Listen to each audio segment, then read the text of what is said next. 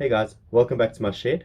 I know it's been some time since I last uploaded a video, but yeah, I've been having a bit of trouble with the balsa wood spear, so I thought I would do something slightly different until such time as I can get it up and going. So today we're going to be talking about the receiver that I've been using for the last 2 years, and that's the Hitec Flash 7.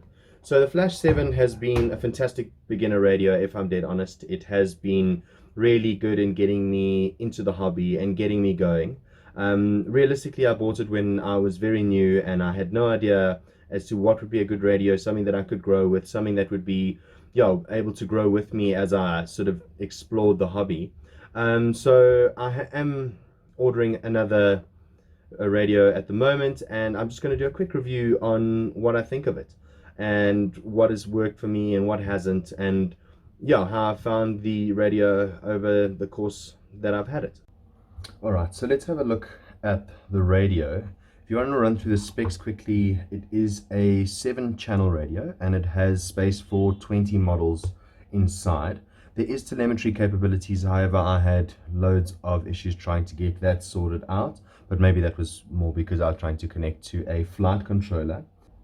If you have a look here, you'll notice that there is a 2.4 gigahertz telemetric AFHSS, that stands for Adaptive Frequency Hopping Spread Spectrum.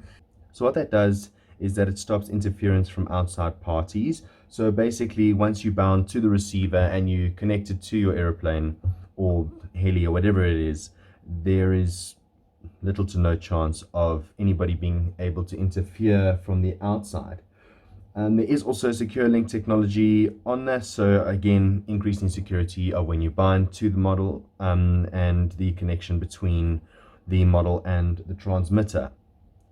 If we have a look at the switches on the transmitter, there is a 3-position switch here and 3 2-position switches. They do give a solid feel when turning them on and off. There's a button and a hold-on switch over here, as well as your digital trim adjustments.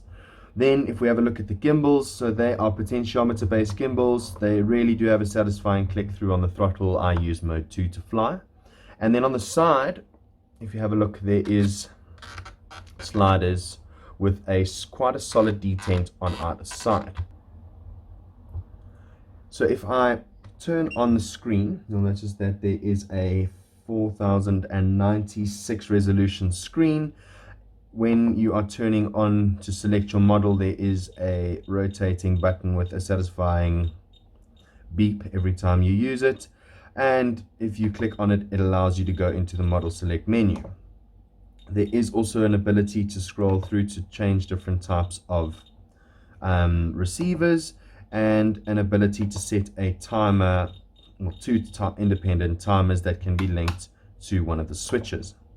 Clicking and holding on the large scroll wheel allows you to go into the list and start to do some sub trims and edit the model itself, and you use the small button to click back. Clicking and holding a small button, as you will see, turns on a throttle lock. I'm not sure how clear the screen is at this point, but that turns on the throttle lock. Click and hold to release.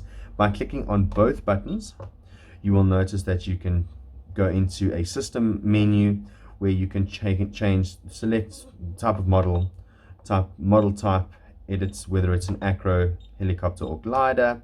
You can also change the wing configuration and the tail configuration. Can set up different channels for all sorts of things, whatever your desires are. Set up a trim specifically to the gimbals themselves. There's a trainer option, adding sensors such as GPS, RPM, temperature, battery and servos, and I'm not quite sure what's under the advanced. I haven't really looked, but you're checking at your things like airspeed variometer and climb and sync sounds.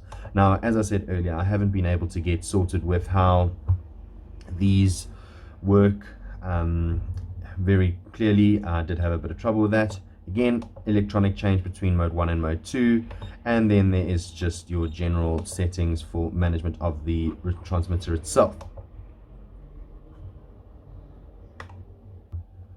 Looking at the back of the transmitter, you will notice that there's 3 ports here. The top one is a battery bay, the second a trainer port, and the third a DCS port. If you notice, I'll open the large-ish battery bay. There is 4 AA batteries that come in with the tray supplied. I'm sure there is a way to add through the connection here a LiPo or lithium ion battery, and on the bottom side here you'll notice that there's a place for charging, although the cable isn't included. So looking at the transmitter itself, the remote itself is reasonably weighty. The plastics are of decent quality, and using all the trims seems quite good, and seems quite solid for me having not much experience. However, yeah, the gimbals seem to be quite comfortable to use, both for thumbers and for those who use pinchers. I do find though that with only a 7-channel radio, it does limit you slightly if you're trying to get something more complicated going, or you want to be able to add in sub trims on individual aileron servos. It really has been loads of fun to get into the hobby using this radio, but really the time has come now where I want to diversify what I fly. So I want to be able to use flight controllers and GPSs and all sorts of things like that, and unfortunately I really struggled to get the Flash 7 to work alongside of those. So I am going to have to say goodbye to it for now, but it really has been a good opportunity.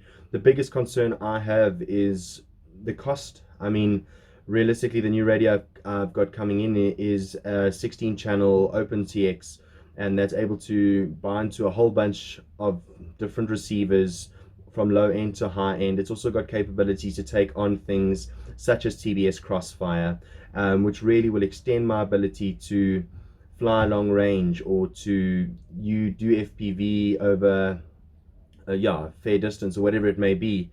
So yeah, like I have said before, it is a fantastic radio to start off with, but if I had known, I would have gone a little bit further and made sure that I had a radio that would look after me for the foreseeable future.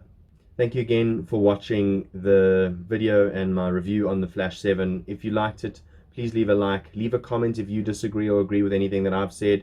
Please feel free to subscribe. It really does promote the channel, and it works with the algorithms and things like that to make sure that I'm reaching more people. But I really hope that you have a fantastic rest of your week, and I'll chat soon with an unboxing of the new radio. Ciao.